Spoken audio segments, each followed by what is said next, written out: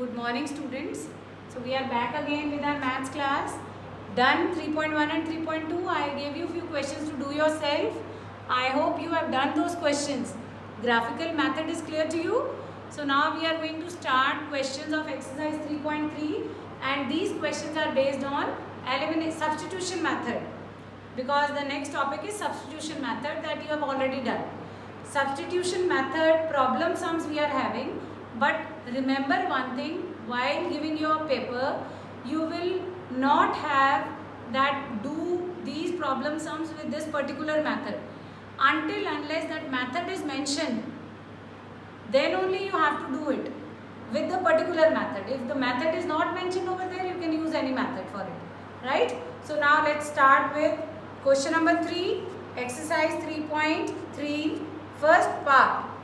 The difference between two numbers is 26 and one number is 3 times the other. Then find the numbers. So we assume one of the number, because two variables we have to take. So one number is x and the other number is y. According to question, what is given? It is given that difference between two numbers is 26 and one number is 3 times the other. One number is 3 times the other. So children, here I have taken x greater than y. You must mention it. X is greater than y, that is why x minus y is 26. If y is going to be greater, then my value will be in this kind of equation. My value with y greater will be negative. Here it is positive, so x is greater and y is smaller. So continuing with the same, I have taken x as greater because this is equal to 3 times y. So using substitution method, my equation will become 3y minus y as 26 and y will be 13. Solving with 2 and 26, y is 13. Now put the value of y over here. This is 3 into 13 and answer is 39. So you can see that value of y is 13 and value of x is 3 times y. This is first part. Now second part of question number 3 is the larger of two supplementary angles exceeds the smaller by 18 degrees and find them. You know what are supplementary angles? Supplementary angles are when you have the sum of two angles as 180 degree. So again, I'll assume let one of the angle is having measure, or you can write let the degree measure of one angle is y, and for the other angle this degree measure is, for one angle it is x and for the other angle it is y. According to question we have both the angles having measure as 180 degree because they are supplementary, and the greater exceeds the smaller by 18. So you can see that x is greater than y over here, right?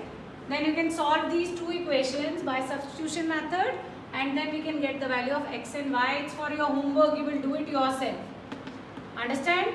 Now is question number 3, third part. The coach of a cricket team buys 7 bats and 6 balls for rupees 3,800 and later she buys 3 bats and 5 balls for rupees 1,750. Find the cost of each bat and each ball. These kind of questions we have already done, right? So I am going to just repeat it. Let the cost of one bat is rupees x and cost of one ball is rupees 1. So statement says the cost of 7 bats and 6 balls is rupees 3,800 and later on he bought 3 bats and 5 balls for rupees 1,750. So and you have to find out the value of x and y. Same way, substitution method, any one variable you can find out from this any one of the equation and put it to the other equation. Many sums related to substitution method you have already done. So now the next one is fourth part, that is, listen to this question very carefully. That is, the taxi charges in a city consist of fixed charge and the charge for distance covered. What does it mean? When we hire a taxi, the taxi driver says that 50 rupees as rent you have to pay and the remaining 20 rupees per kilometer you have to pay, right? So it is like this. You will be taking two variables. One will be for fixed charge that you have to pay whether you go to half kilometers, and the other one according to the distance that you have covered, right? So you will assume that let the fixed charge is rupees, fixed charge for taxi is rupees X,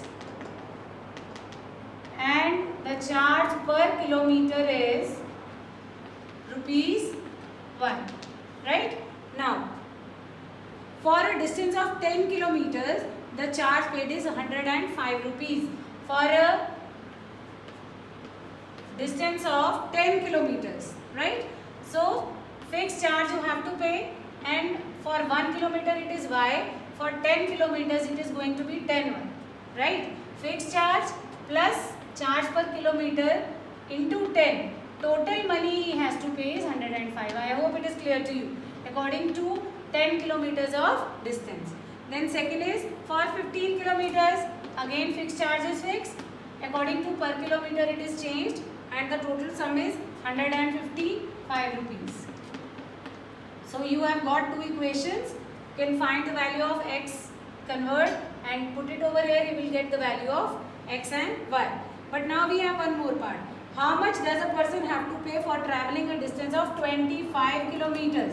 So children, when after solving these two equations, you will be getting value of variable x and y. For 25 kilometers, you have to put the value in this, and you will be getting the amount that he has to pay for 25 kilometers. Now is the fifth part, the fraction. Fraction, you know, the form of fraction is numerator upon denominator. That you have done in junior classes. The fraction becomes 9 by 11 if 2 is added to both numerator and denominator.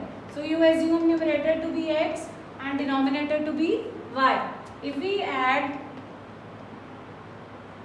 2 in both numerator and denominator, then my fraction becomes 9 upon 11. And secondly, if 3 is added to both numerator and denominator, then my fraction becomes 5 upon 6.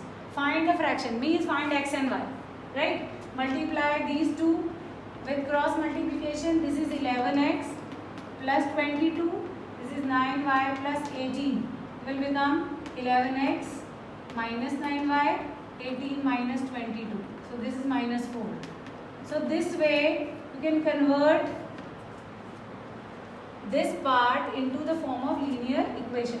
Cross multiply and then shift x and y one side and the constant on other side. Same way this part, then you will be getting the value of x and y, but your answer will be in the form of x upon y. That is a fraction, because he is asking you find the fraction. Now the last part of this question, that is the fifth part, it's again related to age. 5 years hence, hence means after. 5 years hence, age of Jacob will be 3 times as his son. So age of Jacob is, if age of Jacob is x years and age of son is y years, then 5 years hence, after 5 years, age of Jacob will be x plus 5 and age of son will be y plus 5. Obviously, if you are 11 years now, old now, and after 5 years you will become 16 years old. Age of Jacob will be 3 times. I have told you earlier also, if this is 10 and this is 20, this number is double. To make both of them equal, multiply this one by 2 so that both of them are equal. But when we speak, we say this number is double. To make this side double, not this one. Same way you have to do, multiply the other side. Age of Jacob will be 3 times. This is 3 times, so multiply this side with 3 times. Then 5 years ago. 5 years ago means 5 years before. Now how to equate? The age of Jacob was 7 times. So multiply age of son with 7. You will be getting two equations. X plus 5 equal to 3y plus 15. Then variables one side, constant one side. Two equations you will be getting, and you are going to solve for x and y and getting the value of the age of, not the value. It's going to give you the numeric number for the age of Jacob and the age of son, right? So exercise 3.3 is finished today. You are going to complete these questions and we are going to start with 3.4 next time. Stay home, stay safe, take care of yourself. Thank you.